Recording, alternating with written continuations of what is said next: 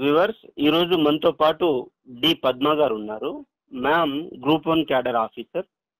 Ma'am ప్రస్తుతం child development project ఆఫీసర్గా work చేస్తున్నారు. మ్యామ్ 2018 సంబంధించిన ఆఫీసర్. మేడం విజయ గాదని మేడం మాటల్లో తెలుసుకుందాం. Welcome to Unacademy once again ma'am. Ma'am మీ నేపథ్యం చెప్పండి మ్యామ్, మీ ఫ్యామిలీ బ్యాక్గ్రౌండ్, ఎడ్యుకేషన్ బ్యాక్గ్రౌండ్. నా ఎడ్యుకేషన్ బ్యాక్గ్రౌండ్ వచ్చేసి నేను ఎంఎస్సీ ఎంఏ బీఎడ్ చేశానండి. నేను డిగ్రీ వరకు రెగ్యులర్గా చదివాను. MSc botany distance education, MA sociology కూడా డిస్టెన్స్ ఎడ్యుకేషన్ చేశాను. బీఎడ్ రెగ్యులర్గా నేను అక్కడ తిరుపతి పద్మావతి యూనివర్సిటీలో చేశానండి, తిరుపతి. ఇది నా ఎడ్యుకేషన్ బ్యాక్గ్రౌండ్.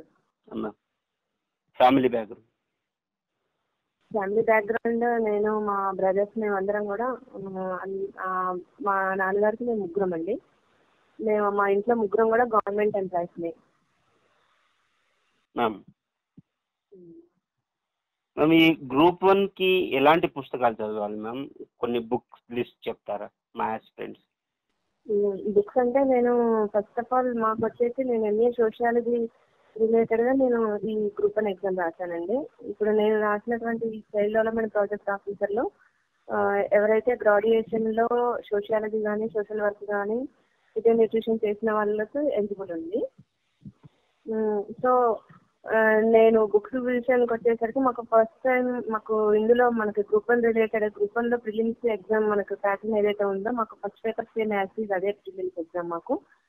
ఇందులో నేను అంతకుముందు ఫస్ట్ గ్రూప్ 2 ఎగ్జామ్ ప్రిపరేషన్లో ఉన్నానండి. గ్రూప్ 2 ఎగ్జామ్ ప్రిపరేషన్లో గ్రూప్ 2 అప్పుడు ఆగిపోయింది. 2016లో గ్రూప్ 2 రాశాను, దానికి కూడా సెలెక్ట్ అయ్యాను. తర్వాత ఆ ఓరియంటేషన్లోనే నెక్స్ట్ మళ్ళీ మనకి ఇంకా సిడిపిఓ నోటిఫికేషన్ వచ్చింది. నెక్స్ట్ సిడిపిఓ నోటిఫికేషన్లో నాకు జాబ్ వచ్చిందండి. అటెంప్ట్లో ఇది గ్రూప్ 1 అనేది నేను దీన్ని సెలెక్ట్ చేసుకోవడం జరిగింది. ఇందులో మనకి హిస్టరీ వచ్చేసి నేను బి ప్రకాష్ సర్వీస్ ఫాలో అయ్యాను. పాలిటీ మన కృష్ణారెడ్డి సార్ది. తర్వాతకి తెలంగాణ మూవ్మెంట్ వచ్చేసి రాజ్ సిరీస్, తర్వాత వేరే వి ప్రకాష్, రెండు చదివానండి నేను. తర్వాత మా మిగతా జాగ్రఫీకి నక్షత్ర పబ్లికేషన్. కరెంట్ అఫైర్స్ వచ్చేసి నేను మన shine India current affairs follow అయ్యాను. షైన్ ఇండియా అండ్ మన వివేక్, ఈ రెండు ఫాలో అయ్యేదాన్ని. నెక్స్ట్ కరెంట్ అఫైర్స్ మాత్రం daily news paper compulsory follow అయ్యేది. ఎడిటోరియల్ పేజ్ ఖచ్చితంగా నేను చదివేదాన్ని. కరెంట్ అఫైర్స్ రిలేటెడ్ నేను చదివేటప్పుడు అది పాలిటీ రిలేటెడ్ కరెంట్ అఫైర్స్ కానీ హిస్టరీ రిలేటెడా ఎకానమీ రిలేటెడా అవి నేను చూసుకొని వెంటనే దాని రిలేటెడ్ టాపిక్ దగ్గర నేను నోట్ డౌన్ చేసుకునేదాన్ని.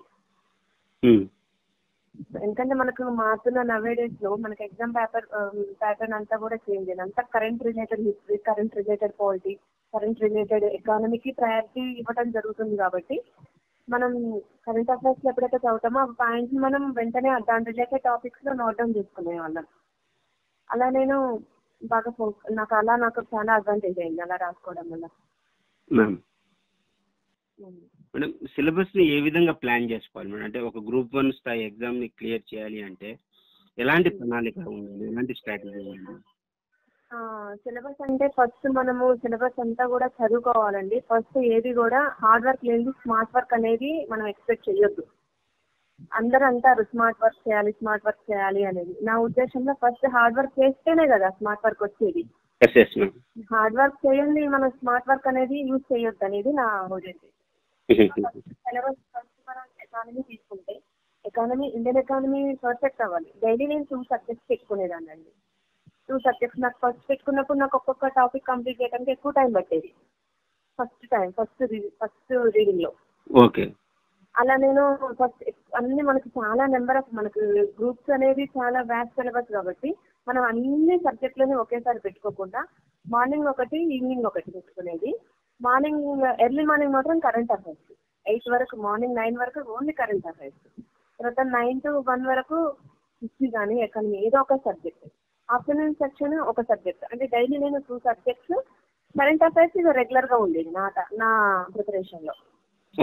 ఇలా నేను 2 సబ్జెక్ట్స్ కంప్లీట్ అయిన తర్వాత నెక్స్ట్ అనదర్ 2 సబ్జెక్ట్స్. ఆ 2 సబ్జెక్ట్స్ చదివేటప్పుడు ఏవైతే కంప్లీట్ అయిన 2 సబ్జెక్ట్స్ ఉన్నాయో అవి కూడా రివిజన్ గా పెట్టుకునేది. రోజు కొంచెం రివిజన్ పెట్టుకునేది. అట్లా నేను అన్ని కూడా ఒక ప్లాన్డ్ గా సబ్జెక్ట్ అంతా కంప్లీట్ అయ్యింది. నాకు ఫస్ట్ రీడింగ్ కి టైం తీసుకుందండి. తర్వాత సెకండ్ రీడింగ్ వచ్చేసరికి థర్డ్ రీడింగ్ వచ్చేసరికి నేను ఫస్ట్ 15 days కి ఒకటి ఎకానమీ మొత్తం 15 days లో కంప్లీట్ అయిపోవాలి. తర్వాత పాలిటీ ఒక 15 days లో కంప్లీట్ అయిపోవాలి. హిస్టరీ ఒక 15 days లో కంప్లీట్ అయిపోవాలి. ఇలా పెట్టుకున్నాను. తర్వాతకి నెక్స్ట్ థర్డ్ రీడింగ్ వచ్చేసి 1 week. తర్వాత 5 days కి ఒక్కొక్క సబ్జెక్ట్ కంప్లీట్ అయిపోవాలి. అట్లా నేను మనకు నెంబర్ ఆఫ్ టైమ్స్ మనకు రివిజన్ జరిగితే మనకు రివిజన్ అనేది అంత ఎక్కువ జరిగితే మనకేంటంటే ఆ సబ్జెక్ట్ టేకింగ్ టైం కూడా తగ్గుద్ది. అప్పుడు అది స్మార్ట్ వర్క్ కిందకి వచ్చింది. అట్లా నేను ప్లాన్ చేస్తున్నాను. మేడం, మీరు చదివేటప్పుడు పుస్తకాలు అండర్లైన్ చేసుకునే వాళ్ళ, నోట్స్ రాసుకునే వాళ్ళ? నేను బుక్స్ అండర్లైన్ చేసుకుంటూ ఇప్పుడు ఒక టాపిక్ తీసుకుంటే ఆ టాపిక్ లో ఏవైతే మనకు రావో అవి మాత్రమే రాసుకునేది. ఈచ్ అండ్ ఎవ్రీ నేను నోట్స్ ప్రిపేర్ చేసుకోలేదు, ప్రతి లైన్ టు లైన్. ఇప్పుడు మనం ఒక టాపిక్ తీసుకున్నామంటే ఆ టాపిక్ లో మనకి ఏదైతే రాదో ఆ వర్డ్ అది మాత్రమే నేను నోట్స్ ప్రిపేర్ చేసుకునేదాన్ని. తర్వాత నైట్ కూర్చున్నప్పుడు ఆ పేపర్స్ ని అలా తిరిగేస్తే నాకు ఈజీ అయిపోయేది. ఏంటండి?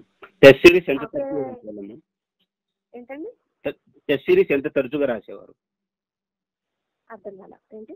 Test series ma'am. Test series రాశానండి. టెస్ట్ సిరీస్ అంటే నేను ఈ మార్కెట్ లో మనకు ఉంటాయి కదా బుక్స్, నేను అవి మాత్రమే నేను ఫాలో అయ్యాను ఎక్కువగా. తర్వాతకి ఫోన్లోనే అక్కడక్కడ క్వశ్చన్ పేపర్ అవి తీసుకొని ఫోన్లోనే ఎక్కువగా మన ఆన్లైన్ క్లాసెస్ వినడము. తర్వాత మనకి బయట మార్కెట్ లో దొరికే టెస్ట్ పేపర్స్ ని ఫాలో అయ్యి అంటే వాటినే నేను ఎక్కువ ప్రిపేర్ అయ్యాను. టెస్ట్ సిరీస్ లో అయితే నేను ఎక్కువ ప్రయారిటీ ఇవ్వలేదండి. నేను ఓన్ గానే టెస్ట్ పెట్టుకునేదాన్ని. ఒక పేపర్ తీసుకొని టెస్ట్ పెట్టుకొని అంటే మనకి మార్కెట్ లో దొరుకుతాయి కదా మనకి బిగ్ బ్యాంక్స్, అవి తీసుకొని క్వాలిటీ రిలేటెడ్ ఒకటి పెట్టుకొని టైం పెట్టుకొని కరెక్షన్ చేసుకునేదాన్ని నాకు నేను ఓన్గా.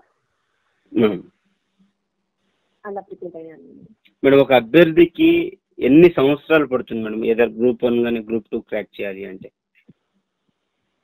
అది ఇక మన అది గ్రూప్ 1 అనేది మనం ఏదో ఈజీగా వచ్చాము రావాలి చదవాలి అనుకునే వాళ్ళు అసలు రాకుండా ఉంటేనే బెటర్ అండి. ఏదో టైం పాస్ చేయడానికి ఏదో నేను రోజుకి 10 గంటలు చదివాను, 20 గంటలు చదివాను అట్లా చెప్పుకొని దానికంటే కూడా మనం ఎంత వ్యాలిడ్ టైం పెట్టామనేదే ఇంపార్టెంట్. ఫస్ట్ వ్యాలిడ్ గా ఎంత చదివాం అనేది ఇంపార్టెంట్. రెగ్యులర్ ప్రిపరేషన్ మనం కంటిన్యూగా మనకు కోచింగ్ అనేది కంపల్సరీ ఒక అభ్యర్థికి అవసరమే. నా దృష్టిలో కోచింగ్ అనేది ఎందుకు అవసరం అంటే ఇప్పుడు ఒక అడ్రస్ కి మనం వెళ్ళాలి అనుకుంటే తెలిస్తే ఎట్లా వెళ్తాము, తెలవకుంటే ఎలా వెళ్తాము. తెలవకపోతే మనం ఒక్కొక్క వ్యక్తి ఈ అడ్రస్ ఎక్కడుంది అనుకుంటే వెతుకుంటూ వెళ్తాము కదా.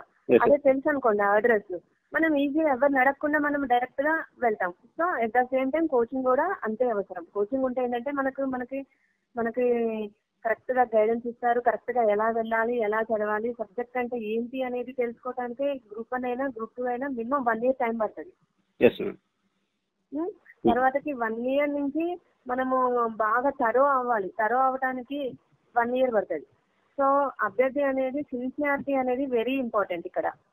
ఇంకా వచ్చేసి వేరే ఆబ్లిగేషన్స్ పెట్టుకొని చదువు పేరుతో వచ్చి వేరే చేస్తే ఎన్ని సంవత్సరాలు ఉన్నా అశోక్ నగర్ లో వేస్తే ఎన్ని సంవత్సరాలు ఉన్నాము అనేది కాదు, ఎంత ఎఫర్ట్ గా మనం అక్కడ పెట్టాము, ఎంత ఎఫర్ట్ గా మనం హార్డ్ వర్క్ చేసామనేదే ఇంపార్టెంట్. సో ఒక్కొక్కరు 2 years లోనే క్రాక్ చేయొచ్చు, ఒక్కొక్కరు 3 years. నోటిఫికేషన్ కూడా ఇంపార్టెంట్ మనకి. ఆ నోటిఫికేషన్ మనకి రెగ్యులర్ గా వస్తే ఈ నోటిఫికేషన్ కాకపోయినా నెక్స్ట్ నోటిఫికేషన్ అయినా మనం ఖచ్చితంగా క్రాక్ చేస్తాం. ఇప్పుడు ఇన్ని ఇయర్స్ నోటిఫికేషన్స్ మధ్యలో గ్యాప్ వస్తే కొంచెం మనం ఇబ్బంది అవుతుంది. కాబట్టి నోటిఫికేషన్ ఎప్పుడైనా వచ్చింది, కానీ మనకి నోటిఫికేషన్స్ అనేవి వస్తాయి కాబట్టి ప్రిపరేషన్ అనేది ఆపొద్దు.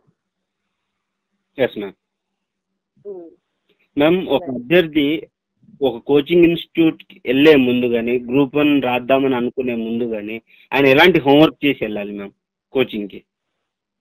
ఎలాంటి హోంవర్క్ చేయకుండా కూడా వెళ్ళొచ్చండి. దానికి నేనే ఎగ్జాంపుల్.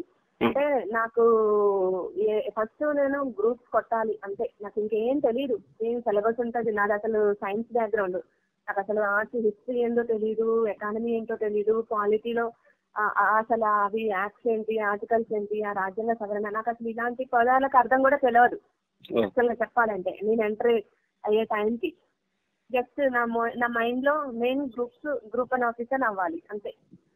వెళ్తే మనం నేర్చుకోగలము అనే తపన ఉంటే నేర్పిస్తుందండి ఏదైనా. అది మనకు రావాలి.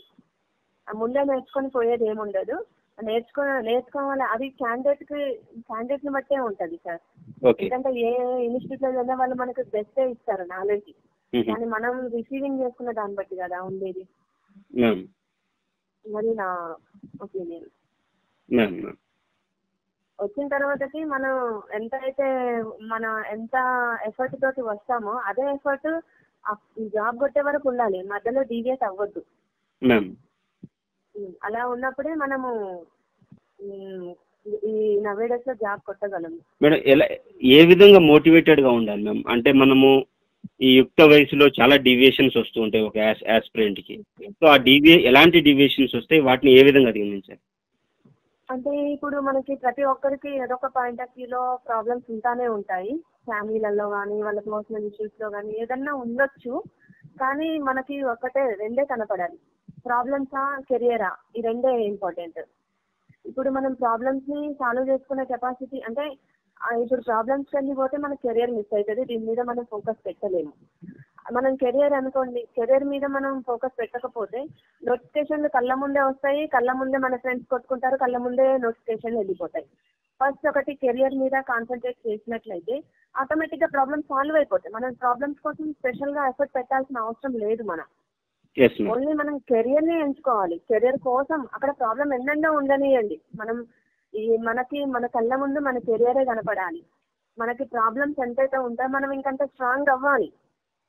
అంతేగాని మనము ఉన్నాయి ప్రాబ్లమ్స్ అని బాధపడుకుంటూ ఉంటే టైం పోతుంది. టైం పోయింది అంటే టైం తిరిగి రాదండి. కాబట్టి బాధపడుకుంటూ టైం వేస్ట్ చేసుకునే దానికంటే చదువుకుంటే అదేదో ఆ ఎఫర్ట్ చదువు మీద పెడితే మీకు 4 కొత్త విషయాలు తెలుస్తాయి, సబ్జెక్ట్ పెంచుకున్న వాళ్ళం అవుతాము. ఫస్ట్ మనము జాబ్ ని కొట్టాలి అనే కాకుండా బెస్ట్ అటెంప్ట్ ఇవ్వాలి, అట్లా మనం ప్రిపేర్ అవ్వాలి. ఇప్పుడు మనం ఒక గ్రూప్ 1 ఎగ్జామ్ రాస్తున్నాము అంటే నేను ఖచ్చితంగా గ్రూప్ 1 కొడతాను అనే దాంట్లో కంటే నేను ఆ ఎగ్జామ్ కి బెస్ట్ అటెంప్ట్ ఇవ్వాలి అనేటట్టుగా మనం చదవాలి, బెస్ట్ ఎఫర్ట్ ఇవ్వాలి, అలా ప్రిపరేషన్ ఉండాలి. సో ఇప్పుడు పుస్తకాలు చదువుతూ వాటిని మాక్సిమం రివిజన్ చేయాలి, పట్టుదలతో ఉంటే సాధించవచ్చని మీరు అంటున్నారు మ్యామ్. ఇంకా మా అభ్యర్థులకి ఏం చెప్తారు మేడం? ఎలాంటి సలహాలు సూచనలు ఇస్తారు ఎగ్జామ్ క్రాక్ చేయడానికి? అదేనండి, మనకి ఇప్పుడు ఈ కోవిడ్ టైం అనేది కూడా very important to us. Because ఈ కోవిడ్ లో చాలా మంది కూడా నోటిఫికేషన్ రావు, అది రావు, ఇది రావు అనేది అది ఒక వీక్ మైండెడ్ మెంటాలిటీ వాళ్ళు అనుకుంటారు. మనకి ఖచ్చితంగా గవర్నమెంట్ కి ఎంప్లాయర్స్ అవసరమే. గవర్నమెంట్ కంపల్సరీ నోటిఫికేషన్ చేస్తుంది. మనకి ఖచ్చితంగా మనకు అనుకున్న దానికన్నా ఎక్కువ పోస్టులు పడతాయి. కాకపోతే కొంచెం లేట్ గా జరగవచ్చేమో కానీ నోటిఫికేషన్ ఎంప్లాయీస్ లేకుండా గవర్నమెంట్ గెట్ అని అవ్వలేదు కదా, ఖచ్చితంగా పడింది. కాబట్టి ఈ టైంలో ఎవరైతే వాళ్ళ ధైర్యాన్ని కోల్పోకుండా చదువుకుంటారో వాళ్ళు విన్ అవుతారు. దీన్ని నెగిటివ్ గా తీసుకొని ఇంకా నోటిఫికేషన్ రావు అనుకున్నారు వాళ్ళు లూజే అవుతారు. ఇంకొకటి ఏంటంటే మనకి ఏదైనా ఇప్పుడు మనం ఒక పరుగులో ఉన్నాము. ఈ ఎడ్యుకేషన్ అనేది ఒక పరుగు. బాగా చదివిన వాడు ఒక్క నిమిషం వెనక్కి తిరిగి చూసుకున్నా వెనుకున్నాడు ముందుకు వెళ్ళిపోతాడు పక్క. ఇప్పుడు మన రన్నింగ్ రేస్ నే చూసుకుంటే 20 seconds లో 100 meters అంటాము.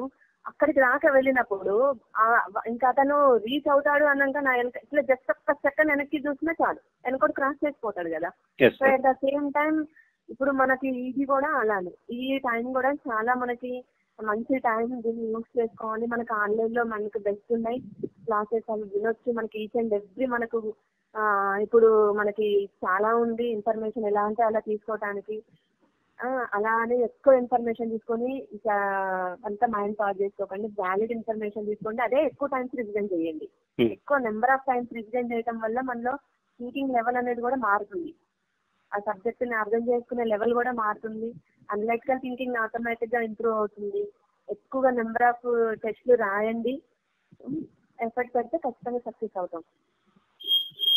Thank you so much ma'am, మీ విలువైన సమయం కేటాయించినందుకు.